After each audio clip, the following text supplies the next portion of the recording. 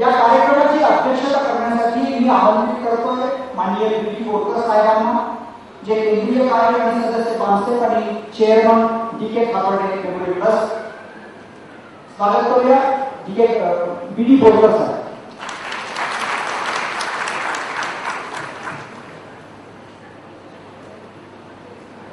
आज के इस कार्यक्रम के 26 महाराष्ट्र राज्य अधिवेशन के उद्घाटक माननीय हनुमंत गुप्ते जी, विशेष अतिथि एस.एम. मुश्रीफ जी, मेरे ऑर्गेनाइजेशन के सदस्य गणोदर जी, मिस्टर पटेल, महाराष्ट्र राज्य के वामदल के अध्यक्ष लोहिते, जनरल सेक्रेटरी गंभीर, उपस्थित भाई और बहनों,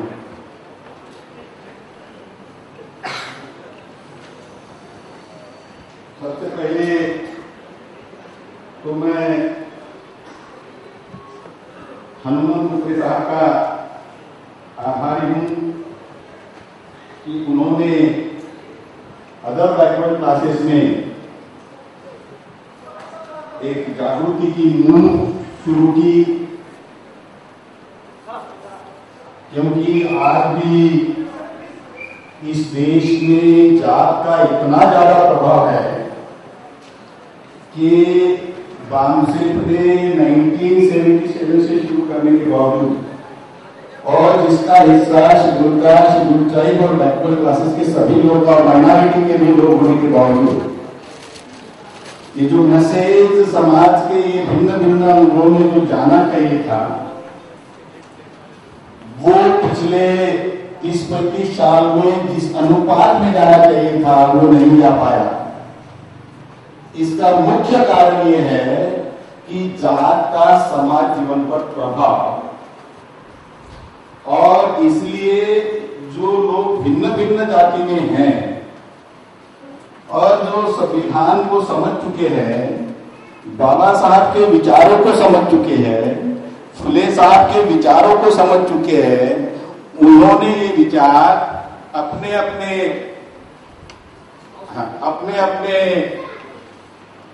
जातियों में, अपने अपने कम्युनिटीज में ले जाने का जो प्रयास कर रहे हैं और वो जागृति समाज जीवन में ला रहे हैं, उसके लिए वो धन्यवाद के पात्र हैं।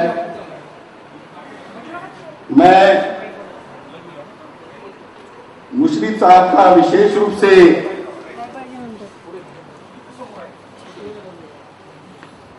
यहां धन्यवाद अदा करना चाहूंगा कि उन्होंने जो इंटरनल ऑर्गेनाइजेशंस की जो इंफॉर्मेशन है, और उन्होंने बहुत क्लियर कर दिया कि दो documents are not public document, और वो पब्लिक डॉक्यूमेंट होने के बावजूद भी हमारे लोगों को पता नहीं। इसका मुख्य कारण यह है कि उस एरिया में जो इंफॉर्मेशन पब्लिक में आती है, वो इंफॉर्मेशन एक तो हम कैप्चर नहीं करते, अगर कैप्चर करते हैं तो उसको कोलेक्ट नहीं करते। कोलेक्ट करने का मेरा मतलब है उसको डिफरेंट जगह से निकाल के उसको क्रोनोलॉजिकल ऑर्डर में लगा के उसका एनालिसिस करके फिर समझना, ये हम नहीं करते। मुश्रीफ साहब ने बहुत ही विस्तार से इस बात को, उस इंफॉर्मेशन को हमारे सामने रखा, उसका एनालिसिस हमारे सामने रखा, और इस देश की जो संस्थाएं, स्पेशली गवर्नमेंट की संस्थाएं है जिसके ऊपर गवर्नमेंट का कंट्रोल है, ऐसी संस्था इंटरनली इस देश के संविधान को खत्म करने की दिशा में कैसा प्रयास कर रही है, ये इंफॉर्मेशन हमारे सामने रखी। इसके लिए मैं उनका धन्यवाद देता हूं। और भी जो किताब जिसका उन्होंने उल्लेख किया, फाउंडेशन ऑफ तिलक नेशनलिज्म, ये किताब मेरे भी पढ़ने में नहीं आई, और मैं जरूर चाहूंगा कि ये किताब पढ़ो। हाँ, और जो इंफॉर्मेशन है सर, मैं इस स्टेज से, मैं केंद्रीय कार्यकारिणी का सदस्य हूँ, तो प्रेसिडेंट नहीं हूँ, तो इसलिए मैं अधिकारवादी से तो नहीं बोल सकता, लेकिन केंद्रीय कार्यकारिणी में ये बात हम जरूर रखेंगे। हम 3 केंद्रीय कार्यकारिणी के सदस्य हैं, हम उसको केंद्रीय कार्यकारिणी के मीटिंग में रखेंगे और इस पुस्तक को एटलीस्ट कुछ भिन्न भाषाओं में, क्योंकि हमको ऑल इंडिया का हमारा संगठन है, इसको ट्रांसलेट करके हमारे लोगों तक कैसे भी पहुंचाया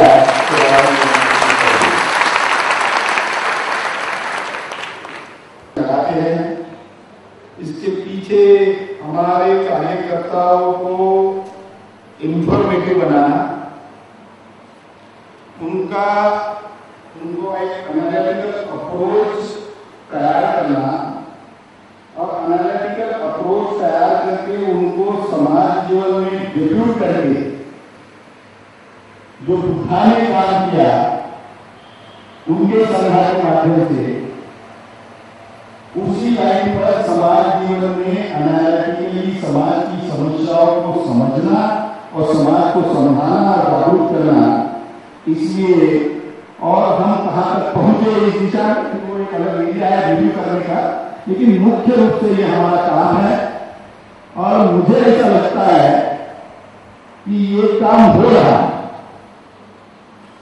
जैसे ऊपरे साहब ने इधर से कहा कि हम जो थॉट प्रोड्यूस कर रहे हैं रामचंद्र के माध्यम से, वो आज मूल निवासी बहुजन समाज के कई संगठन हैं जो उसको कैप्चर कर रहे हैं और कैप्चर करके अपने अपने एरिया में डिसमिनेट कर रहे हैं।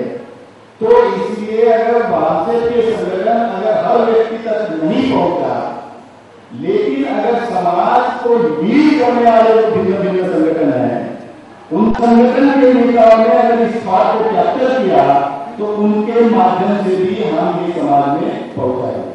और ये पहुंच रहा है। जैसे ऊपर साहब ने इधर से कहा 29 जून को उल्लासनगर में हमारा कार्यक्रम हुआ था, जिसमें हमने इस सब्जेक्ट के ऊपर चर्चा रखी थी कि क्या भारत को हिंदुस्तान कहना राष्ट्रद्रोह नहीं है। ये राष्ट्रीय अधिवेशन में भी हमने चर्चा किया पिछले साल। और केंद्रीय कार्यकारिणी का ये निर्णय है कि ये विषय हमने ग्रासरूट तक पहुंचा देना चाहिए, ताकि इस देश को जो हिंदुस्तान रहने वाले लोग हैं उनको हमने रोकना चाहिए, उनको रेजिस्ट करना चाहिए और इसकी मान्यता कहा है उनको क्वेश्चन करना चाहिए, उनको पूछना चाहिए। क्योंकि किसी भी आंदोलन के लिए अगर काम करना है तो एक उसका एक पॉजिटिव एस्पेक्ट है। पॉजिटिव एस्पेक्ट का मतलब यह है कि आपने जो अपना एजेंडा बनाया उस एजेंडा का प्रचार प्रसार करो। दूसरा यह है कि उसके विरोध में जो चल रहा है, जैसे अभी मिश्री साहब ने इधर से कहा कि ये हो रहा है, इसको रोकना चाहिए। तो किसी भी ऑर्गेनाइजेशन का ड्यूअल एजेंडा, एक है आपका जो पॉजिटिव एजेंडा है, आपने जो अपना ऑब्जेक्टिव बनाया उस ऑब्जेक्टिव के अनुरूप अपने निर्णय बनाओ और उस निर्णय को कार्यान्वित करो अपनी यंत्रणा के माध्यम से। दूसरा, जो हमने जो एजेंडा बनाया उसको विरोध करने वाली जो ताकतें फील्ड में है, साइमल्टेनियसली उनका एजेंडा समझो और उसको विरोध करो। दोनों एक ही काम है, अलग अलग नहीं, एक ही काम है, लेकिन उसको आपको डिस्पेल करते रहना पड़ेगा।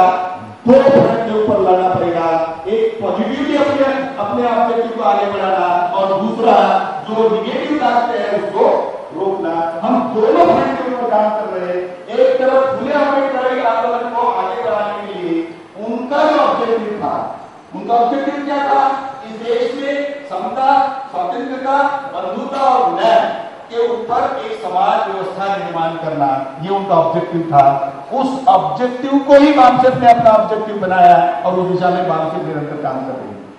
दूसरा जो है, जो ताकतें हैं दूसरी, उनको विरोध करना, उसमें जैसे आरएसएस को एक्सपोज करना। आरएसएस को एक्सपोज करना क्यों जरूरी पड़ रहा है? क्योंकि they are controlling our mind. हम लोगों के दिमाग को कंट्रोल कर रहे हैं और दिमाग हमको कंट्रोल कर रहा है सबको, फिर वैसे ही चलता है दिमाग, दूसरी तरफ नहीं चलता। तो इसलिए हमारे लोगों के दिमागों के ऊपर जो उनका कंट्रोल है, उसको कंट्रोल को खत्म करना है। तो इसलिए ये जैसे विषय मैंने बताया, मेरा ख्याल है आप पूरे साहब के धन्यवाद के पात्र है कि आपने जो किताब लिखा है इसमें भारत में हिंदुस्तान कहाँ से आया, तो ये बड़ा इम्पोर्टेंट है और ये आपने शुरू किया, हमने भी शुरू किया, ये बहुत जरूरी चीज करते रहे साथियों। अब मैं ये सब कुछ कैसे करें, ये बुनियादी हमारे सामने ये जो सवाल है कि भी इस देश में समता, स्वातंत्रता, बंधुता और न्याय पर आधारित समाज व्यवस्था कैसे निर्माण है। तो मुझे साहब ने जैसे कहा कि बाबा साहब ने जो किया तो किया, वो बाबा साहब ने संविधान में लिख दिया, पर मैं आपको ये बता दूं संविधान कुछ नहीं करता। संविधान एक किताब है, संविधान अपने आप में कुछ नहीं करता, तो संस्थाओं का ही काम है उसको करना। वो 3 संस्थाएं संविधान ने बनाई, वो है लेजिस्लेचर, वो है एग्जीक्यूटिव और वो है जुडिशियरी। अब ये संस्थाएं भी कुछ नहीं करती अपने आप में, ये भी अमूर्त ही है। वो आप इसको उस ढंग से समझ सकते हो कि भाई आप इसको अमूर्त कैसे कहते हो, अगर वो दिखती है, जैसे ब्राह्मण ये कहते हैं कि भगवान निराकार है, मतलब उसका कोई आकार नहीं है, भगवान का कोई आकार नहीं है। तो अगर मैं ये कहूं कि संविधान ने ये जो 3 संस्थाएं बनाई, ये अगर अमूर्त है वो मतलब वो उसका शेप नहीं, मूर्ति नहीं है इसकी, उसका मतलब अमूर्त का मतलब मेरा ख्याल में ऐसे ही समझ रहा हूं। तो बोलेंगे वो तो पार्लियामेंट का है ना, उसको तो शेप है, सुप्रीम कोर्ट का है ना, उसकी भी बिल्डिंग है, लेकिन ये बिल्डिंग ही है, वो बिल्डिंग भी अपने आप में कुछ भी नहीं करती। तो करता कौन है? उन संस्थाओं में जो लोग बैठे वो करते हैं। जो भी होता है पार्लियामेंट में कानून बनाना है, मतलब बिल्डिंग में नहीं, वहां जो लोग बैठे हैं उन्होंने, और वो कानून मूल निवासी बहुजन समाज के हित में अगर नहीं बनाते तो आप समझ लीजिए कि संविधान में हमारे हित में बहुत ज्यादा लिखा है। इनफैक्ट मैं तो ये कहूं कि ये संविधान मूल निवासी बहुजन समाज के इतना टिल्टेड है फेवर में, ये बहुत ज्यादा टिल्टेड है, ये बायस्ड है। उस दृष्टि से अगर देखा जाए, इसको अगर पढ़िए तो इक्वालिटी के प्रिंसिपल को इस संविधान में डालने के बावजूद भी ये टिल्टेड है इस देश के मूल निवासी बहुजन समाज की तरफ। इसका मतलब अगर ये 65 साल हो गए या 63 साल हो गए और इतना ज्यादा टिल्टेड संविधान इनके फेवर में होने के बावजूद भी इन लोगों की हालत ये क्यों है और हम यहां क्यों बैठे? हम तो संगठित नहीं होना चाहिए, तो संविधान नहीं कर सकते। तो इसका मतलब संविधान कुछ नहीं करता, इतना सब कुछ होने के बावजूद भी वहां जो लोग बैठे हैं संस्थाओं में वो करते हैं। तो अगर पार्लियामेंट में जो लोग बैठे हैं वो संविधान में जो हमारे हित में कानून बनाना चाहिए ढंग लिखा है, वो कानून अगर सब वहां जो बैठे हुए लोग नहीं बनाते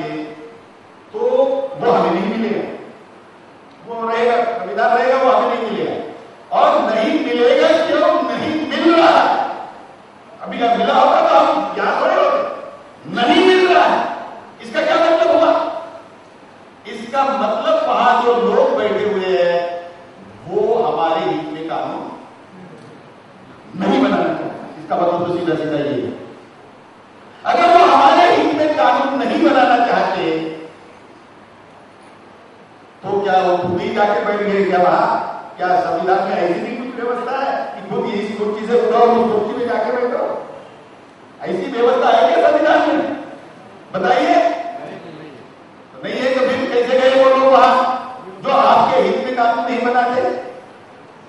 अपने आप अगर नहीं गए तो जो व्यवस्था है संविधान में वो ये है कि यहाँ की जो पार्लियामेंट्री डेमोक्रेटिक सिस्टम है, वन मैन वन वोट और वन वैल्यू की जो व्यवस्था है उसके तहत वो जा रहे हैं।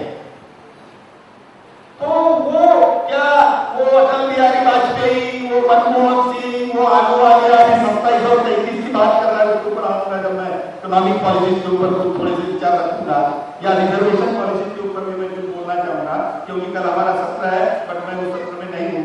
तो और उद्घाटन सत्र में अध्यक्षता करने की वजह से कुछ बातें मैं जरूर रखूंगा, थोड़ा समय भी ज्यादा दूंगा आप लोगों को। कितने बजे तक ये चलाना है? अभी 4 हो गए।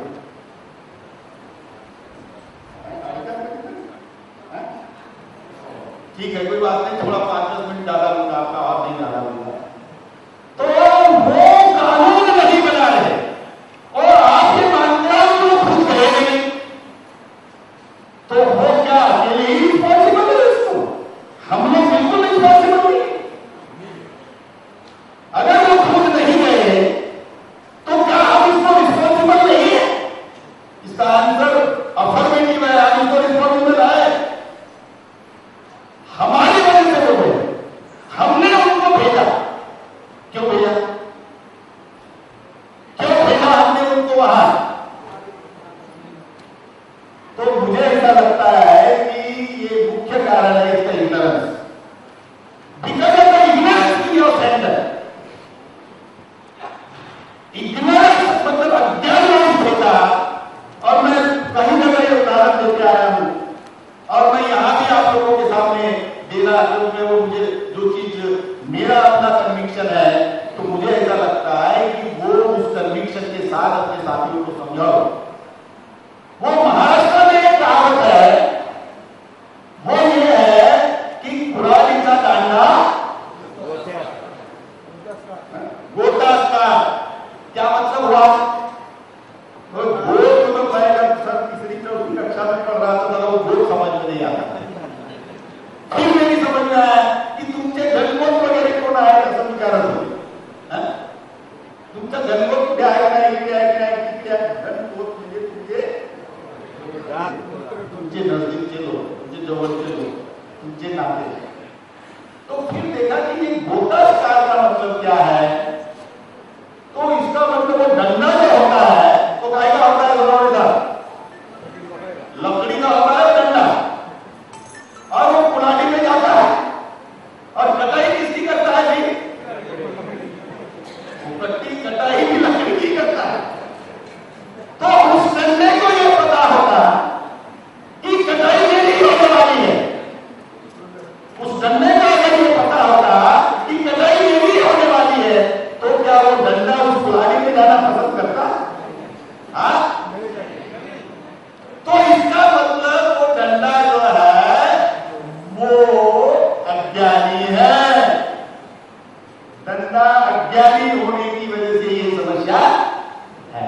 तो फूले बन रहे, फूले सही, फूले साहब ने क्या कहा? विद्ये विरामती गेली, गती गेली, वित्त गेले, एवढे वित्त गेले, नंतर एवढे सगळे अनर्थ एका अविद्येने केले। मतलब हम लोगों की ये जो समस्या है, इसका मुख्य कारण है कि हमारी समस्याओं का प्रार्थन हमारा अध्ययन नहीं है। ये समस्या हमारे लिए किसने पैदा की, इसके बारे में जानकारी नहीं है, और इसका हल क्या है, इसके बारे में भी हमें जानकारी नहीं है। इसकी वजह से समस्या है। तो अगर हम ये मान लेते हैं कि हमारी अज्ञान की वजह से ये हुआ, तो इसका सॉल्यूशन क्या है? इसका सॉल्यूशन सिंपल है, और निकालो। इसका सोल्यूशन सिंपल है, अनिकाल लो और ज्ञानी बनो। जैसे ही ज्ञानी बन जाओगे तो हमारी समस्या क्या है, ये समस्या हमारे लिए किसने पैदा किया, इस समस्या का हल क्या है, ये सब समझ में आ जाएगा। और जब तक ये हल नहीं करेंगे हमारी समस्या बनी रहेगी। हमें मूर्ख बनाने वाले लोग फील्ड में है। ऊपरे साहब ने कहा कि साइमल्टेनियसली समाज जीवन में सिर्फ हम ही नहीं है, बहुत फोर्सेस काम कर रही है समाज के ऊपर, ट्रेमेंडस फोर्सेस काम कर रही है, जिनके पास कलोनियल फाइनेंशियल रिसोर्सेस है, बहुत ज्यादा पैसा है जिनके पास, और इनके पास बहुत ही ज्यादा मैन पावर है। वो लोग हमें मूर्ख बनाने के एरिया में काम कर रहे हैं और हमारा समाज अज्ञानी है। ये हमारी समस्या है। कानून नहीं बनाते, अगर कुछ बना लिए तो जो एग्जीक्यूटिव है मतलब गवर्नमेंट, एग्जीक्यूटिव मतलब गवर्नमेंट, और गवर्नमेंट की जो सबऑर्डिनेट एग्जीक्यूटिव मतलब कैबिनेट जो है इन the government, cabinet in the government, prime minister the head of the government, and subordinate executive जो है हम सब लोग जो नौकरियों में है, ये हम सबऑर्डिनेट एग्जीक्यूटिव है, उन्होंने क्रिएट किया। और उसमें कुछ लोग ऐसे बैठे हैं, इस इंस्टीट्यूट का सामने यहाँ जिक्र किया कि आईबी जैसी संस्था जो है वो, मतलब मेरा ख्याल है आपने कर्नाटक हाईकोर्ट का जिक्र किया और उन्होंने कमेंट किया कर्नाटक हाईकोर्ट में कि ये कौन सी ऐसी संस्था है, ये क्या वैक्यूम में है क्या, कि जो कॉन्स्टिट्यूशन के दायरे में नहीं आती है और वो सबको सभी कॉन्स्टिट्यूशनल जो इंस्टीट्यूशन है उसको नियंत्रित कर रहे हैं, ऐसा उन्होंने कहा। और स्पेशली जब उन्होंने ये कहा कि रॉ ने इंफॉर्मेशन गवर्नमेंट को दी और रॉ ने इंफॉर्मेशन गवर्नमेंट को दी और गवर्नमेंट ने इस इंस्टीट्यूशंस के ऊपर एक्शन नहीं लिया, इसका क्या मतलब है? इसका मतलब दे आर पार्टिकुलर। इसका सीधा सीधा एनालिसिस करना यही होता है। हम जब करते हैं इन्वेस्टिगेशन करते हैं और उसका एनालिसिस करते हैं, इसका सीधा सीधा मतलब है कि दे आर पार्टिकुलर, मतलब not only the IT but the people sitting in the government are doing it. सरकार में जो लोग बैठे हुए हैं, मैं सिर्फ कैबिनेट की बात कर रहा हूं, हम तो बैठे हुए, लोअर कैबिनेट तो बैठी हुई, लोअर ब्यूरोक्रेसी तो बैठी हुई, लेकिन जो कैबिनेट में जो लोग बैठे हुए हैं, और जैसे उन्होंने कहा कि जो नारायणन जो है, एमके नारायणन की जो उन्होंने बात कही, जो एडवाइजर था, सिक्योरिटी एडवाइजर था, उसका उन्होंने बाद में प्रमोशन किया। ऐसा मैं समझता हूं कि उसको गवर्नर बनाया उन्होंने, यहां से जब गया तो उसको गवर्नर बनाया। What does that mean? इसका मतलब यह है कि वो उसको गुनहगार नहीं मान रही सरकार, इसलिए ये सरकार भी इसमें इन्वॉल्व है। इसका मतलब तो ये होता है। अब साथियों, वो करना नहीं चाहते, एग्जीक्यूटिव इस ढंग से बिहेव कर रही है। जुडिशियरी का तो आप ये देखेंगे कि वो तो ऊपरे साहब ने अपने भाषण में कहा भी कि वो इंदिरा साहनी का जो जजमेंट है, जो स्पेशली उसी क्रिमिनल का जो मामला आया हुआ है, जिसके बारे में मैं इसलिए बोल रहा हूं कि डरने का कोई मामला नहीं, मामला हमारा ठीक आगे बढ़ रहा है। 1977 और 78 में जो बैकवर्ड क्लासेस की जातियां थी, उनमें जो जागृति नहीं थी, 2013 में उससे कहीं गुना ज्यादा जागृति है। वो they are escaping from the clutches of Brahminism. Mister उफ्रे is one of them, his organisation, many of them. अभी वो जो मिस्टर मानी मिले थे मुझे 29 तारीख की, जो मैं बात बता रहा था, मैंने सिर्फ एक बात उनसे कही।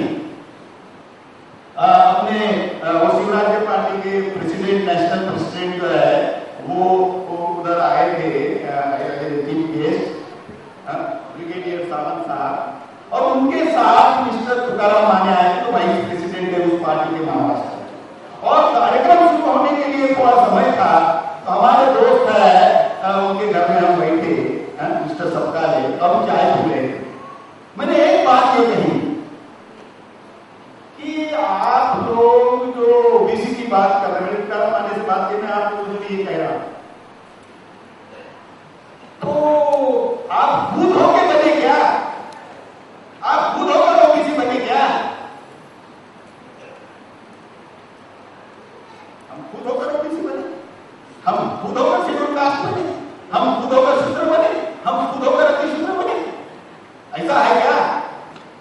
नहीं है। फुले साहब के और बाबा साहब के लिटरेचर से अगर जाते हैं तो बाबा साहब ने भी अनटचेबल्स में क्लियर कर दिया है कि उन्होंने हमें अनटचेबल्स बनाया, ब्राह्मणों ने ये लिखा, अनटचेबल्स में लिखा है कि उन्होंने हमें अनटचेबल्स बनाया। शूद्र किसने बनाया? उन्होंने बनाया। आर्य ब्राह्मणों की जो व्यवस्था है, जो बाबा साहब ने अपने ग्रंथों में लिखा कि ये त्रैवर्गीय व्यवस्था थी, वो चौथा वर्ण जो है वो उन्होंने बनाया, वो वहां बना, यहाँ भी लागू किया। आर्य अगर बाहर के है तो आर्यों की व्यवस्था यहाँ की नहीं हो सकती। आर्य अगर बाहर के है, ये उन्होंने लिखा, हमने नहीं लिखा, ये ब्राह्मणों ने लिखा कि वो बाहर के है, हमने नहीं लिखा, हम लोग को लिखना पड़ता बनना। तो वो बाहर के तो उनकी व्यवस्था भी बाहर की, तो उस व्यवस्था में उन्होंने जो हारे थे, क्षत्रियों की और ब्राह्मणों की जो लड़ाई हुई, इसमें जो क्षत्रिय हारे उनको शूद्र बनाया, ऐसा बाबा साहब ने लिखा वहां। और फिर यहां हमारे ऊपर आक्रमण किया, ये भी लिखा। अभी थोड़ा प्रॉब्लम हो रहा है, आप लोगों को थोड़ा सतर्क रहना चाहिए। अभी किताबों में ये लिख रहे हैं आर्यों का आगमन, ऐसा नहीं है, आर्यों का आक्रमण है। ये दो अलग अलग चीजें हैं। आर्यों का आक्रमण का मतलब क्या होता है? क्या हुआ इसका मतलब? इसका सीधा सीधा ये मतलब है कि यहां लोग थे तभी आक्रमण होगा। आगमन में कोई समस्या नहीं, आक्रमण में समस्या है। आर्यों का आक्रमण हुआ है, ये चीजें वो हमसे भुलाना चाहते हैं और वो लिख रहे आर्यों का आगमन। इसको हमें अपोज करना चाहिए, क्योंकि जब उन्होंने आक्रमण किया तो हम लोगों को हराया और हमें वही पेनाल्टी लगाई जो वहां लगी थी। अगर उनको उन्होंने शूद्र बनाया तो हमको भी शूद्र बनाया। कोई भी लड़ाई में जो लोग हारते हैं उनको क्या करते हैं? लड़ाई में जो लोग हारते हैं उनको क्या करते हैं? साथ में लेके आते हैं क्या कि जेल में डालते हैं? आप पुलिस डिपार्टमेंट में थे सर, जो लोग हारते हैं उनको साथ में लेके आते हैं क्या? अरे उनको तो बंद करके रखते हैं। उनको बंद करके रखा तो यहां शूद्र हुए कैसे होता है? आर्यों के शूद्र हम नहीं है, यहां हमको हराया और जो पेनाल्टी उनको लगाई थी वही पेनाल्टी हमें लगाई। ऐसा होता है, मतलब जुडिशियल डिसिप्लिन का ये मामला भी है कि पहले अगर कोई ऐसा हुआ है तो वैसा ही बाद में निर्णय दो, तो वही पेनाल्टी हम लोगों को लगाए। अब साथियों, अगर हमें उन्होंने शूद्र बनाया, मैं यही बता रहा था, अनटचेबल्स उन्होंने हमको बनाया, शूद्र उन्होंने हमें बनाया, अति शूद्र उन्होंने हमें बनाया, शूद्रों के 6,700 जातियां जो बनाए वो उन्होंने बनाया, ब्राह्मणों ने बनाया हमको। मतलब हम देवी, माली, साड़ी, कोड़ी, कुंडी, मां, तमा, ढोल जो है भूत तो नहीं बने, उन्होंने बनाया। तो इसमें ऐसी कौन सी बड़ी बात है और इसमें कौन सा मतलब पुत्र बनाने वाली बात है कि जो ब्राह्मणों ने बनाया उसी के जीवो? तो फिर हम क्या कर रहे हैं? अगर उन्होंने हमें बनाया तो फिर ये हो सकता था ऊपरे साहब आपको बना देते वो महा और मुझे बना देते भाव। उन्होंने जब बनाना ही उन्होंने था तो फिर मैं क्या करता जो आप भी करते, और आप क्या करते? आप इकट्ठा करिए। तो ये तो फिर वही काम कर रहे हो, तो यही बोल रहे कि हम जैसा कहेंगे वैसा ही आप करो। हम लोग का यही तो कहना है कि इस देश में हम जैसा कहेंगे वैसा आप करो। हमने आपको ओबीसी बनाया तो तुम ओबीसी, हमने आपको मतलब एससी बनाया तो अभी इसलिए इसको मैं असाइन्ड आइडेंटिटी कहता हूं। These are all assigned identities, and these are the identities assigned by our enemies to us. Enemy अगर किसी को एक आइडेंटिटी देता है तो वो अपने हित में देता है, लेकिन वो असाइन करता है कि इसमें वो आइडेंटिटी नहीं देता है। And therefore we must go in for an alternative identity. नहीं तो हम उनके साथ नहीं लड़ना है, क्योंकि फिर हम लोग ऐसा बताते वैसे ही करते रहेंगे। मॉड्यूल उन्होंने बनाया, हम पॉन्स बने मॉड्यूल के और ऑपरेट हो रहे हैं। इसलिए assigned identity people we have to have our own identity.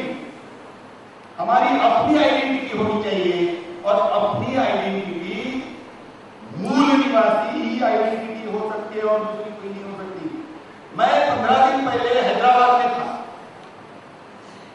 Andhra state प्रदेश का कन्वेंशन था, और डॉक्टर कांजा इलाया वहां था। Doctor Kancha Ilaiah, and he was working on, मतलब वो he is a pioneer, I told he is a pioneer of Dalit Bahujan identity. I said what is this Dalit Bahujan identity to clarify. मतलब हमारे कार्यकर्ताओं ने जब अपनी बात रखी थी, ये क्या होता है दलित बहुजन आइडेंटिटी, ये बताओ। उन्होंने बताया कि जो अनटचेबल्स है वो दलित है, और जो ओबीसी वगैरह है बहुजन है। Then I commented and I said कि inherent there is a cleavage, उस आइडेंटिटी में inherent cleavage है, वो एक नहीं है, वो homogeneous नहीं है। जो homogeneous नहीं है, हमारी समस्या मूल निवासी बहुजन समाज homogeneous नहीं है, कास्ट आइडेंटिटी में बटा हुआ है, यही तो हमारी समस्या है। तो उसको homogeneous आइडेंटिटी बनाना चाहिए। असाइड आइडेंटिटी के अंदर हम संगठित नहीं हो सकते।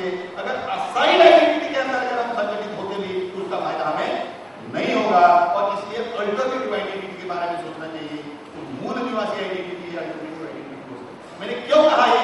मैंने ये कहा कि we have not done so much research, लेकिन आप साइंटिस्ट है, आप सोशल साइंटिस्ट है, आप पॉलिटिकल साइंटिस्ट है, आप ये तो बताएं हमें रिसर्च करके कि जब उन्होंने हमारे पर आक्रमण किया था तो हम बोले क्या हम शेड्यूल कास्ट थे, क्या हम शेड्यूल ट्राइब थे, क्या हम बैकवर्ड क्लासेस के थे, क्या हम तेली पानी साड़ी पूरी महामराठा थे? इसका जवाब तो नहीं। तो जब आपको तो थे ही नहीं तो हम कौन थे?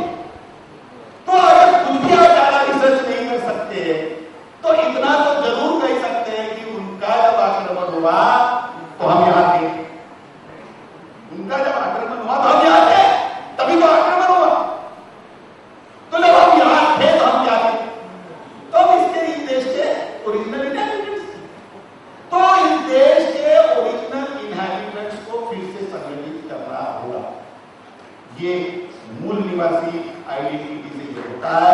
और मैं आपको ये बता दूं कि हम तेली मारी साड़ी पूरी चुन्नी महाकमान कैसे बने।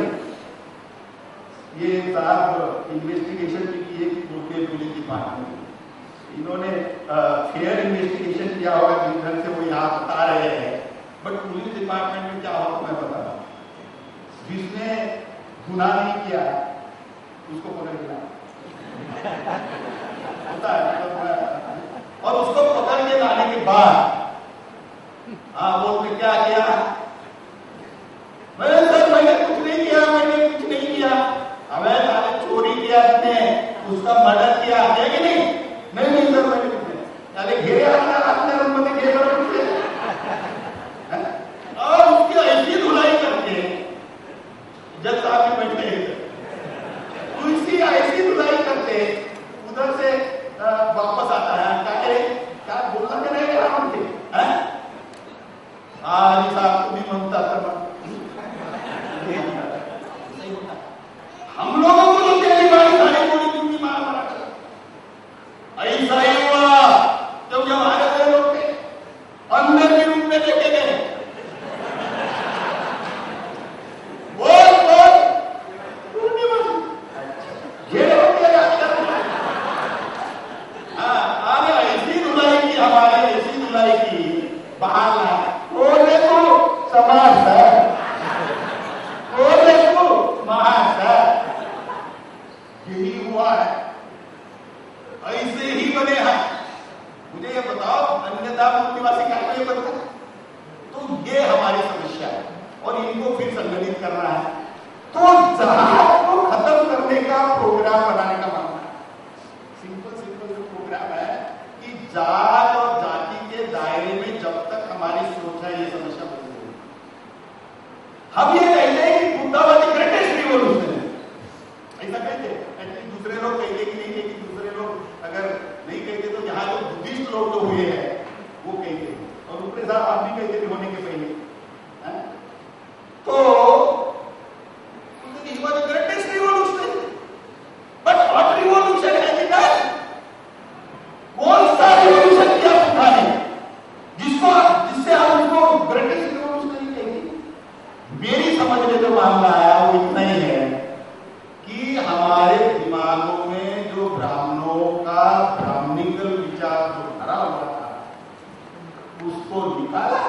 और दूसरा तो जब हम ब्राह्मणिकल विचारों के अंतर्गत हमारी एक्टिविटी एक्शन होती है, क्योंकि विचारों के दायरे में आदमी एक्शन करता है तो सब कुछ करता है। अभी केदारनाथ और बद्रीनाथ में कौन लोग हैं? कौन लोग हैं? वही लोग हैं। ये इसको अभी ब्राह्मण अभी बताने नहीं आया जा कौन के जा स्वर्गाचार में हरिद्वार आया कि तुम्हें देखा हरिद्वार है, वहां से हरिद्वार है बोलते हैं, मतलब समझ में जाने तो वो चले गए स्वर्ग में। अच्छा, मैं बोला स्वर्ग में गए तो हिंदू धर्म में ये सिखाते हैं स्वर्ग भेटते स्वर्गा के लोग, अरे लोग देखा हो भाई तुम्हारा आदमी वहां गया हरिद्वार से अंदर गया स्वर्ग में चला गया, और हिंदू धर्म में ये लिखा है कि स्वर्ग से जाने के लिए चले गए, तुम रोते गए। अच्छा, कौन लोग नहीं गए? बुद्धा को तो मानने वाले लोग थे, वो नहीं गए।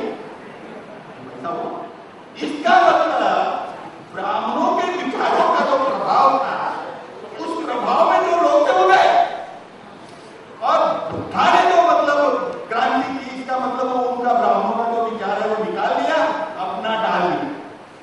तो जो अपना डाल दिया तो वो लोग नहीं गए। तो आप ये देखेंगे कि क्रांति जो है वो ये है, बुद्धा की जो क्रांति है, बुद्धा महान सामाजिक क्रांतिकारक है, इसका मतलब बुद्धा ने ये क्रांति की।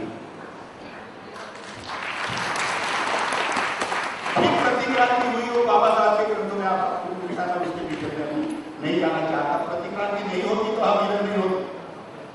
प्रतिक्रांति हुई, अब फिर से क्रांति करना है।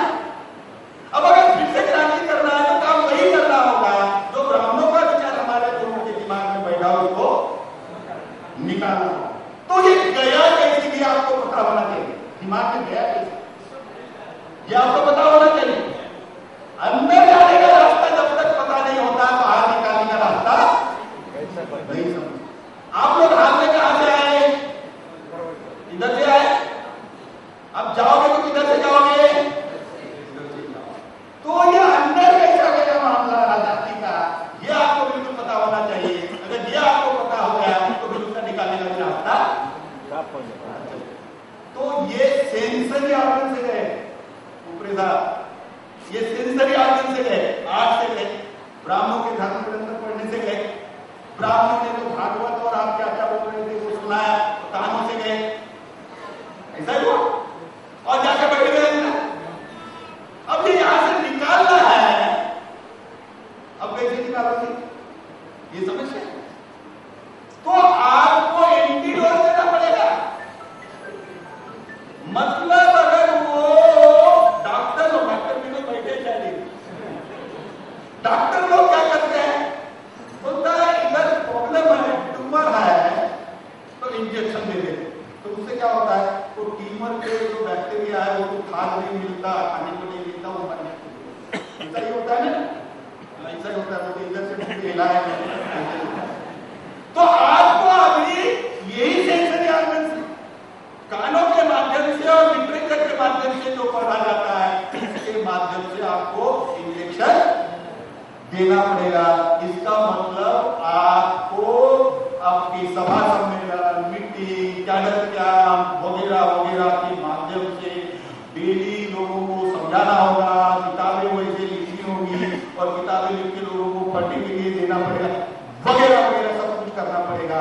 ये बना, और वो कितना डोज देना पड़ेगा। मेरा कहना डॉक्टर लोग आप भी कैलकुलेट करते हो ना, कितना देना चाहिए, तो ज्यादा हो जाएगा तो बच जाएगा।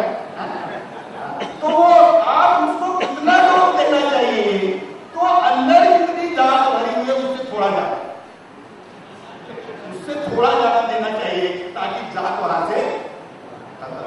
तो ये मूल निवासी आइडेंटिटी का जो इंजेक्शन है, ये जब तक हम लोगों को नहीं देंगे ये समस्या बनी रहेगी। और मूल निवासी का इंजेक्शन अगर 121 करोड़ लोगों में से अगर 85% हम लोग हैं, ऐसा हम कहते हैं, schedule caste, schedule tribe, backward classes, और इनमें से समय समय पे ब्राह्मणों की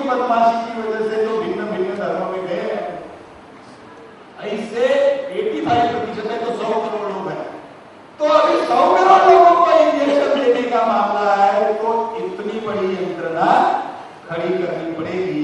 आप अगर इतनी बड़ी यंत्रणा खड़ी नहीं करते तो समस्या बनी रहेगी। एक तो ये मामला है इस दिशा में, इसलिए ये इंजेक्शन देने का काम आप करते रहो। और इंजेक्शन देने के लिए कोई भी आदमी नहीं देता है, उसके लिए डॉक्टर चाहिए। इसका मतलब आपके पास डिग्री चाहिए, आपके पास डिग्री चाहिए। तो आप लोगों के पास मूल निवासी बहुजन समाज और मूल निवासी आइडेंटिटी के बारे में समग्र जानकारी होनी चाहिए, ताकि आप सही जगह सही इंजेक्शन दे सके। कम्युनिस्ट आया तो उसको कौन सा देने का, आरएसएस वाला आया तो उसको कौन सा देने का, कांग्रेस वाला आया तो उसको कौन सा देने का, क्योंकि वो विचार आएगा तुम्हारे सामने। तो आपको भिन्न भिन्न जगह भिन्न भिन्न इंजेक्शन देने पड़ेंगे और अल्टीमेटली इसमें लाना पड़ेगा। एक तो काम ये मैं बताना चाह रहा था। दूसरी इंपॉर्टेंट बात जो मैं बताना चाहता हूं कि ये संविधान के माध्यम से अगर हमें अधिकार करेंगे, we can not operate beyond the constitution. हम बाबा साहब के फॉलो नहीं हो सकते। संविधान के माध्यम से हम अपने अधिकार चाहते हैं, तो संविधान के जो 395 उसमें आर्टिकल्स है, तो उसमें संविधान का मुख्य अंग जो है अधिकार कहां है? दो ही लग है, part 3 of the constitution, part 4 of the constitution, fundamental rights and directive principles. बाकी जो कॉन्स्टिट्यूशन में है वो मैं काली जबान में बता रहा हूं। बाकी जो कॉन्स्टिट्यूशन में जो लिखा गया है कि लोगों के फंडामेंटल राइट्स को प्रोटेक्ट करना और डायरेक्टिव प्रिंसिपल्स के माध्यम से आर्टिकल 38 एंड आर्टिकल 39B के तहत आर्थिक इक्वालिटी समाज जीवन में और सामाजिक इक्वालिटी और शैक्षिक इक्वालिटी कैसे निर्माण करना, ये फंडामेंटल राइट्स में है और directive principles of state policy में है। और बाकी जितने भी चैप्टर है और जितने भी पार्ट्स है, ये are only a mechanism to bring about the fundamental, protect the fundamental right and bring about the socio economic equality. ये दो ही पार्ट है और कुछ नहीं है। जुडिशियरी क्या है? What is judiciary? ये जो होना चाहिए। एग्जीक्यूटिव क्या है? ये जो होना चाहिए। लेजिस्लेचर क्या है? इसी के संबंध में कानून बनना चाहिए और कुछ नहीं। तो फिर ये हुआ क्यों नहीं? इसका मतलब जो लोग बैठे हुए हैं, जो लोग लेजिस्लेचर में बैठे हुए हैं, जो लोग एग्जीक्यूटिव में बैठे हुए हैं, जो लोग जुडिशियरी में बैठे हुए हैं, वो लोग आपको कुछ भी नहीं देना चाहते।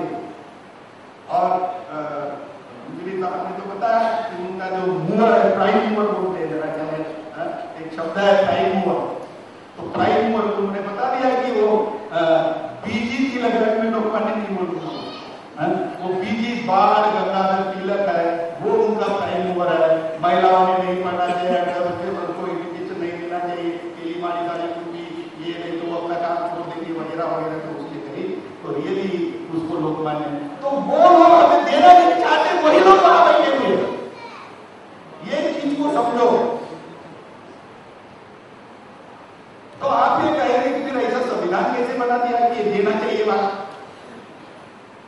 वही लोग वहां बैठे हुए हैं, तो देना चाहिए वाला संविधान कैसे बनाया उन्होंने? एक बात और मैं बताऊं, लेकिन एक बेगर मुझे मिला था फुलदार से भंडारा में। मेरे को ऐसा ही नहीं समझ थी कि बेगर साहब नो चूजा। तो मेरे पास एक भंडारा रेलवे स्टेशन पे मैं था, अभी गया था टूर पे, तो एक भिखारी मेरे पास आया थे। मेरी रियलिटी मतलब मेरे साथ घटी हुई घटना मैं बता रहा हूं।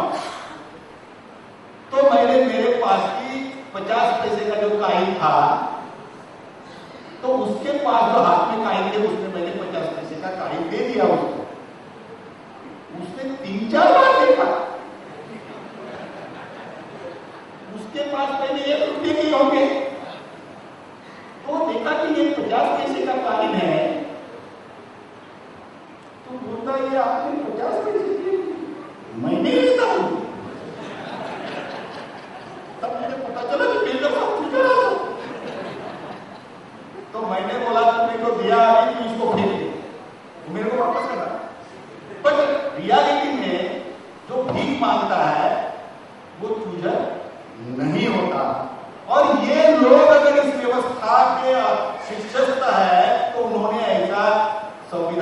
होने वाला बनाया कैसे? क्यों बनाया? ये समस्या उनकी थी, ऐसा वो बनाते। जब वो तिलक को मानने वाले लोग थे तो ऐसा संविधान बनाते वो। उनकी समस्या थी कि पिटाई हो जाएगी। अगर ऐसा ही चला तो ये जो इस देश का 85% जो समाज है एक दिन इकट्ठा आएगा और हमारी पिटाई करेगा। तो उन्होंने ऐसा संविधान क्या हमारे हित में बनाया या उनके हित में? अब बताओ यार, समझना हो तो ये संविधान क्या उन्होंने हमारे हित में बनाया या उनके हित में? उनके हित में बनाया। 16वें लुई को टाल कर बनाया गया। फ्रांस में 16वें लुई को टाल कर मारा। कहा किसने मारा? वहां की जनता ने मारा। उनको ये पता था कि ये ऐसा ही चलते रहा तो हमारी भी पिटाई हो जाएगी। तो पिटाई से बचने के लिए उन्होंने ये संविधान बनाया और वो हमारे काम में आ गया। वो संविधान इसलिए हम समता, स्वातंत्रता, बंधुता और न्याय उसमें जो लिखा उसके लिए। तो वो 63 साल होने के बाद भी उनकी पिटाई नहीं हो रही और वो चला रहे वही बदमाशी। वो इसलिए कि हम संगठित नहीं है। मूल निवासी आइडेंटिटी के तहत अगर हम संगठित हो जाते हैं, मतलब इसमें तेली, माड़ी, साड़ी, कुड़ी, गुंडी, मार, समाज और सब मूल निवासी, इसका हमने इसके पहले भी लिखा हो। तो अब साथियों जो रिजर्वेशन था, क्योंकि ये फंडामेंटल चीज है। रिजर्वेशन के ऊपर कुछ मैं बोलूंगा, फंडामेंटल ले लेता हूँ। 8 बजे तक चलाऊं? ऐसा है कि ये क्या क्या कर सकता है रिजर्वेशन। इनफैक्ट रिजर्वेशन जो दिया हुआ है ये इस देश में सामाजिक क्रांति कर सकता है। अब ये रिजर्वेशन का और सामाजिक क्रांति का क्या लिंक है ये मैं आपको समझा देना चाहता हूं। जो आर्टिकल 16(4) में लिखा, उसमें लिखा है बैकवर्ड क्लास ऑफ सिटीजन, जैसे आपने भी कहा। तो जो बैकवर्ड क्लास ऑफ सिटीजन लिखा तो शेड्यूल कास्ट और शेड्यूल ट्राइब के लोगों को तो पहले ही दे दिया। मतलब शेड्यूल कास्ट को second government of India act 1935 से मिला। शेड्यूल ट्राइब को जब कॉन्स्टिट्यूशन प्रोमुलगेट हुआ तब से मिला, because they are having at par with the same situation.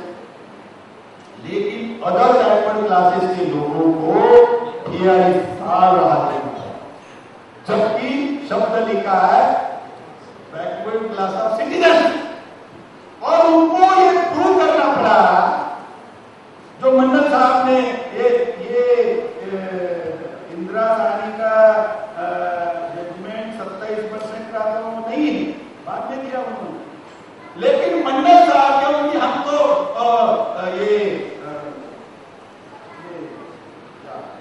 बलि राजा के हम लोग से रहना, हम बलि राजा के लोग से रहना, तो मंडल साहब ने क्या किया, बोला ये 52% है, लेकिन हम दानी लोग हैं 25% का सीधा डालने की, क्योंकि उनका रिकमेंडेशन 27% का है। पहले कहा कि 52% है और देने के लिए जब बात आई तो 27% लोग, इसका मतलब 25% डाल, नहीं तो प्रूव कैसे होगा हम बलि राजा के मतलब 25% डाल। चलो डालिए। अब ये 27% में जो उन्होंने सिर्फ 6% भरा हुआ है बैकवर्ड क्लासेस, और वो जो ये क्रिमिनल का जो नाम है ये किसने लिखा? जस्टिस सावंत ने लिखा। जस्टिस सावंत मेरे अच्छे दोस्त भी है, मैं उनसे मिलते भी नहीं था और उसको कभी बात नहीं। जब ये जजमेंट आया इमीडिएटली सांसद ने क्रिमिनल के खिलाफ में आंदोलन चला, इमीडिएटली चला। What is this criminal? मैं इसको रिसेंटली दोबारा अभी पढ़ रहा था, क्योंकि जो पुराना माने हैं वो बोला कि सर ये क्रिमिनल के ऊपर मैं लिख तो रहा हूं कि हमें बहुत परेशानी, अदर बैकवर्ड क्लासेस के लोगों को क्रिमिनल से इतनी ज्यादा परेशानी हो रही है, लेकिन मैं लिख रहा हूं अपने लोगों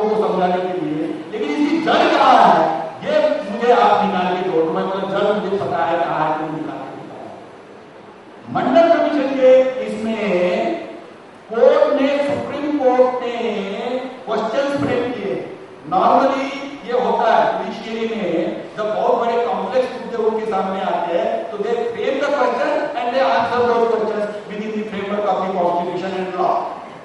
तो उन्होंने क्वेश्चन नंबर 5 फ्रेम किया है कि जो इस ढंग से बात समाज जीवन में आ रही है कि क्या बैकवर्ड क्लासेस ऑफ सिटीजन जो लिखा है उसको most backward, more backward and backward ऐसा क्लासिफिकेशन किया गया। क्या the constitution provides the classification? Article 14 classification provide करता है, आर्टिकल 16(1), आर्टिकल 16(4) भी क्लासिफिकेशन प्रोवाइड करता है। लेकिन क्या इस ढंग से क्लासिफिकेशन हो सकता है क्या? इसका जवाब इसके डिटेल में मैं नहीं जाऊंगा क्योंकि वो कॉम्प्लिकेटेड और लॉ का मामला है। उनका जवाब उन्होंने दिया कि समाज को मोर बैकवर्ड और लेस बैकवर्ड ऐसा क्लासिफिकेशन नहीं कर सकते, ये उन्होंने लिखा अपनी जर्नल में। इससे क्या होगा?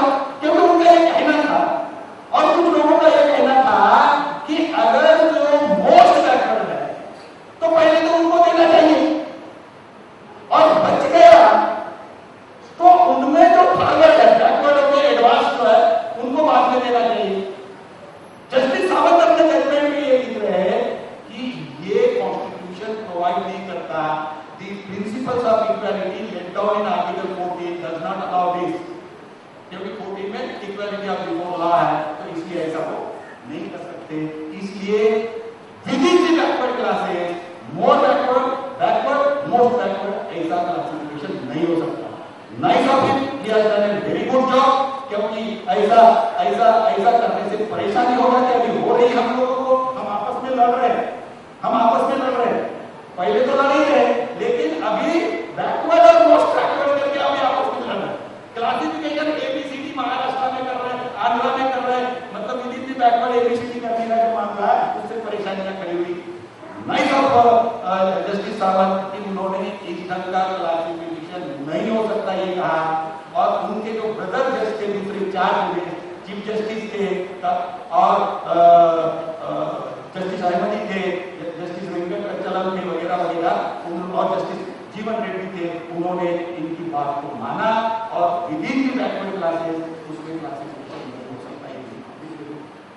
आगे क्या हो? फिर आगे उन्होंने ये कहा कि रिजर्वेशन जो प्रोवाइड किया है वो बैकवर्ड लोगों को प्रोवाइड किया है, लेकिन बैकवर्ड लोगों में कुछ लोग तो एडवांस हो गए ना, जैसे वोटर हो गए, जैसे आप हो गए, should they get the benefit of the, ये मुद्दा उन्होंने खड़ा किया कि रिजर्वेशन का बेनिफिट लेकर जो लोग विद इन द बैकवर्ड जो एडवांस हो गए उनको बेनिफिट देना चाहिए या नहीं देना चाहिए। उनका ये कहना चाहिए था कि अगर उनको ये बेनिफिट दिया जाता है तो क्या होगा? उसका मतलब ये है कि जो फॉरवर्ड हो, एडवांस हो गए वो और उनके बच्चे ही इसका फायदा उठाएंगे, और जो रियली को उसका बेनिफिट मिलना चाहिए उसको नहीं मिलेगा। ये बड़ा इतना अच्छा लगता है, ये चीज इतनी अच्छी लगती है कि जो एडवांस हो गए उनको नहीं मिलना चाहिए, जो पीछे रह गए उनको मिलना चाहिए। बहुत अच्छी बात लगती है बोलने के लिए। तो उन्होंने क्या कहा? उन्होंने ये कहा कि वो लिखा कि क्या सोशियो इकोनॉमिक क्राइटेरिया, वो क्वेश्चन जो फ्रेम किया था क्वेश्चन नंबर 5 है वो, क्या सोशियो इकोनॉमिक क्राइटेरिया और any other consideration can be consider, मतलब वो ऐसा कर सकते हैं क्या? सोशियो इकोनॉमिक क्राइटेरिया लगा सकते हैं क्या, या और अदर कंसिडरेशन देकर इसको डिसाइड किया जा सकता है क्या? ऐसा लिखा उन्होंने, और इसमें अदर कंसिडरेशन की बात नहीं कही, तो सोशियो इकोनॉमिक क्राइटेरिया लगाने की बात की। जो आप बोल रहे थे कि इंदिरा गांधी ने मंडल साहब को टेलीफोन किया और टेलीफोन करके कि उसने इकोनॉमिक क्राइटेरिया डाला, ऐसा कहा, मंडल साहब ने इसको मना किया क्योंकि मंडल साहब जो है बहुत बड़े जमींदार थे और यादव कम्युनिटी के थे, उनका बाप राजा था और उनके पास बहुत जमीन थी, और जब वो मीटिंगें होती थी उसके पहले इंडिपेंडेंस इंडिया के पहले तो अपने बाप के साथ एक बार चले गए, और जब उन्होंने देखा कि यादवों के लिए अलग खाना बन रहा है और पंडितों के लिए अलग बन रहा है, ये है बिहार में टूर करके आया हूं, उधर के लोग मुझे बताए कि यादवों के लिए अलग खाना बन रहा है, बैकवर्ड के लिए अलग खाना बन रहा है, ब्राह्मणों के लिए अलग खाना बन रहा है। तो ये बात जब वो चाइल्ड थे तो उनके समझ में आया कि सारा मामला कुछ अलग है। तो despite Indira Gandhi threatening him और अल्यूरमेंट देने के बावजूद भी तुमको हम वाइस प्रेसिडेंट बनाएंगे, said no, it is the social and the educational backwardness alone which is mentioned in the constitution will be the criteria of the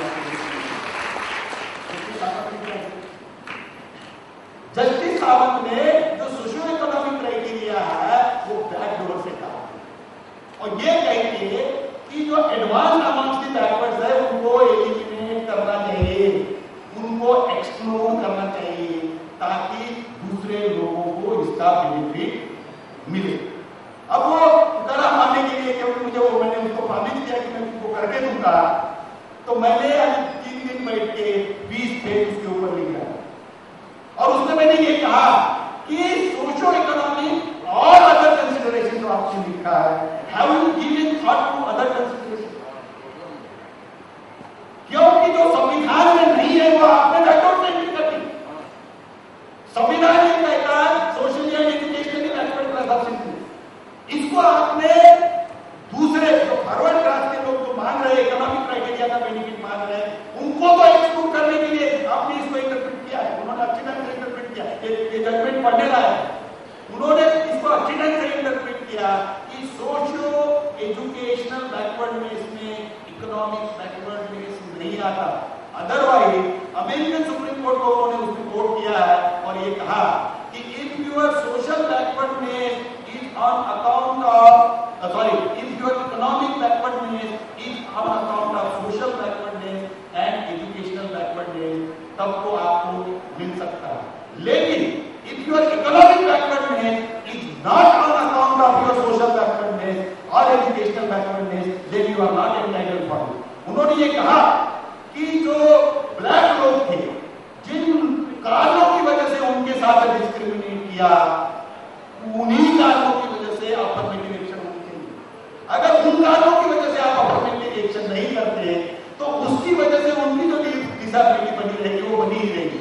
इसका मतलब अगर वो निग्रो है इसलिए वो डिप्राइव्ड है और आप उनको दूसरा क्राइटेरिया लगा के उनको बेनिफिट देना चाहते हैं तो निग्रो होने की वजह से उनका जो डिप्राइवेशन रहा वो वैसे के वैसा ही बना रहेगा and they will not be able to come at par with the others.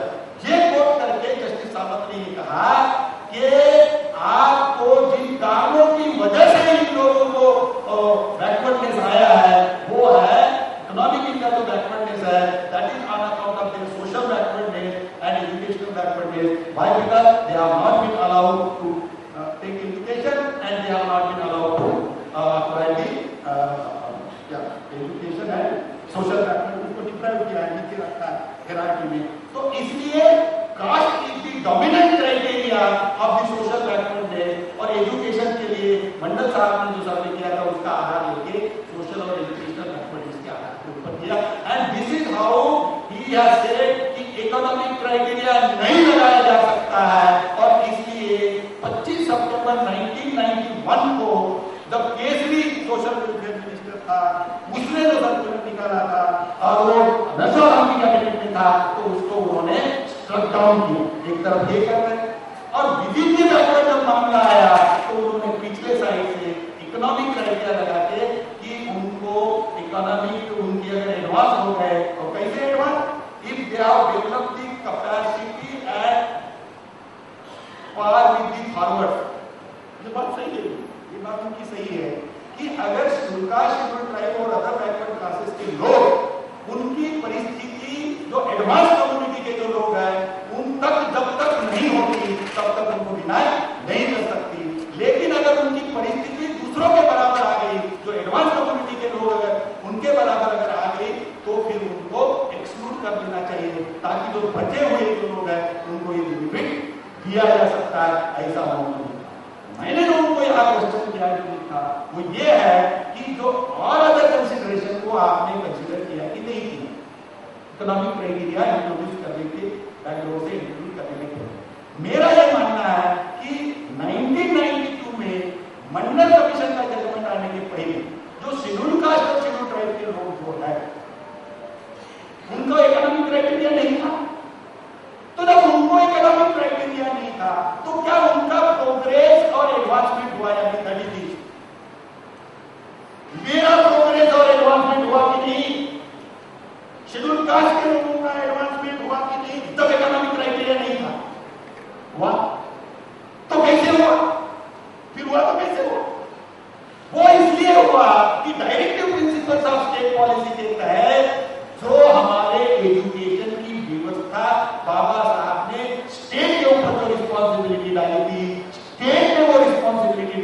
दिया, इसलिए हम लोग पढ़ सके और इसलिए हम लोग ऑफिसर बन सके। अगर ये सच्चाई है और यही है तो बैकवर्ड क्लासेस के लोगों के लिए भी यही ट्रू है।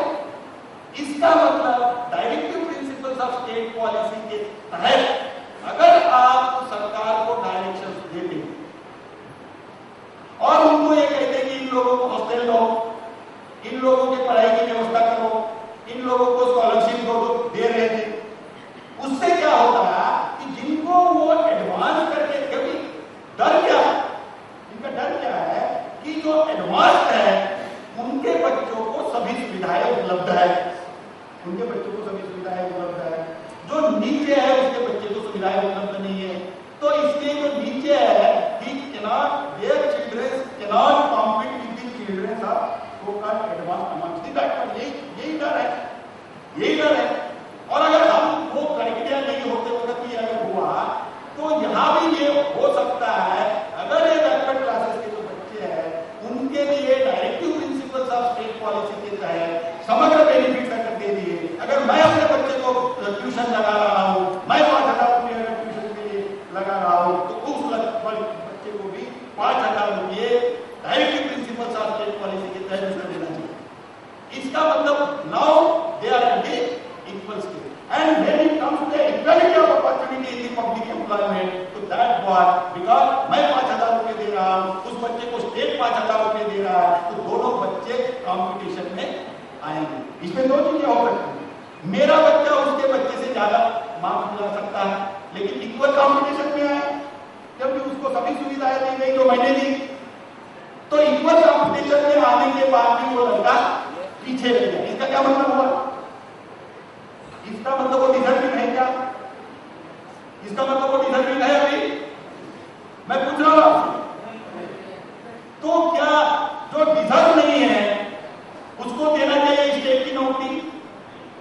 देनी चाहिए। अभी दूसरा, अभी उल्टा बता रहा, वो बच्चे को 5,000 रुपये दिया, उसने पढ़ाई किया, मैंने अपने बच्चे के ऊपर 5,000 रुपये लगाया, मेरे बच्चे ने पढ़ाई किया, उस बच्चे ने कॉम्पीट किया, मेरा बच्चा पीछे रह गया, क्या इसको देना चाहिए क्या? यही प्रिंसिपल है कॉन्स्टिट्यूशन का, ये प्रिंसिपल है equality of opportunity in the public employment. Opportunity equal create करो, you give them the equal opportunity, और इक्वल अपॉर्चुनिटी देने के लिए उनको जो सुविधाएं देना चाहिए that state must provide all that. अगर ऐसा करते तो क्या होगा? ऐसा करते तो धीरे धीरे जैसे शेड्यूल कास्ट के लोग ऊपर आए, दूसरे लोग ऊपर आए, वो शेड्यूल कास्ट के ऊपर आ जाते, शेड्यूल ट्राइब के ऊपर आ जाते, अगर बैकवर्ड कास्ट। अब वो क्या है? वाई ये आप मतलब ब्राह्मणिकल फोर्सेस ये रिजर्वेशन के लिए विरोध क्यों कर रहे हैं, इस मुद्दे के ऊपर मैं चर्चा करके अपने भाषण को खत्म करूंगा। आप ये देखेंगे कि आज शेड्यूल कास्ट, शेड्यूल ट्राइब और बैकवर्ड क्लासेस को 49.5% रिजर्वेशन है all services. Let us take an example of classes service. इससे क्या होगा कि अगर 100 पोस्टें हैं किसी कैडर में, तो इंस्ट्रक्शंस अभी गवर्नमेंट की ये है कि उसमें से 50% पोस्ट डायरेक्ट रिक्रूटमेंट से भरी जाए और दूसरी बची हुई 50% पोस्ट जो है वो प्रमोशन से भरी जाए। तो 50 जो पोस्टें हैं वो डायरेक्ट रिक्रूटमेंट से भरी जाएगी, जो डायरेक्ट रिक्रूटमेंट से भरी जाएगी तो उसमें 50 में से 25 लोग शेड्यूल कास्ट, शेड्यूल ट्राइब और बैकवर्ड क्लासेस के होंगे। अब कल जो हमने सब्जेक्ट रखा है कि why no reservation in promotion को ओबीसी, ये हम चर्चा कराना चाहते हैं। अगर ये हो जाता है तो बचे हुए जो 50 है उसमें 25 शेड्यूल कास्ट, शेड्यूल ट्राइब और बैकवर्ड क्लासेस के आ जाएंगे। तो हमारे कितने हो गए अभी 100 में? हाँ कितने हुए? अरे आवाज नहीं आ रहा। हमारे हो गए 50, बाकी रह गए 50। उस 50 ये कौन से इसमें आया? ये हम 16(4) में आए, बिकॉज रिजर्वेशन 16(4) में है। लेकिन क्या 16(1) में हम सिटीजन है या नहीं है? हाँ जी, दूसरी बात 16(4) में शेड्यूल कास्ट, शेड्यूल ट्राइब और बैकवर्ड क्लासेस के लोग रिजर्व है, लेकिन क्या 16(1) में हम इस देश के सिटीजन है या नहीं? तो अगर हम सिटीजन है तो 16(1) में हम कॉम्पीट करेंगे, 16(1) में हम कॉम्पीट करेंगे पहले। तो जब 16(1) में कॉम्पीट करेंगे तो वहां भी 50 15-20 तो ले ही लेंगे, क्योंकि पिछले रिपोर्ट आया था कि आईआईटी में जो एडमिशन हुआ on their own merit OBC के कई लड़के आए हैं, ऐसा रिपोर्ट आया है, आप लोगों ने पढ़ा होगा। तो इसका मतलब 100 में हमारे कितने हो गए? आप देखो यहाँ है, अगर 100 में आपके 70 क्लास 1 ऑफिसर है तो इस देश की जो ब्यूरोक्रेसी है वो अपसाइड डाउन हो गई। आज इस देश की ब्यूरोक्रेसी में 70% कमी है। जब schedule caste, schedule tribe, backward classes bye reservation and bye their own merit 70 आ गए 100 में, तो ब्यूरोक्रेसी अपसाइड डाउन हो जाएगी। The entire bureaucracy will have a command and control of the backward classes.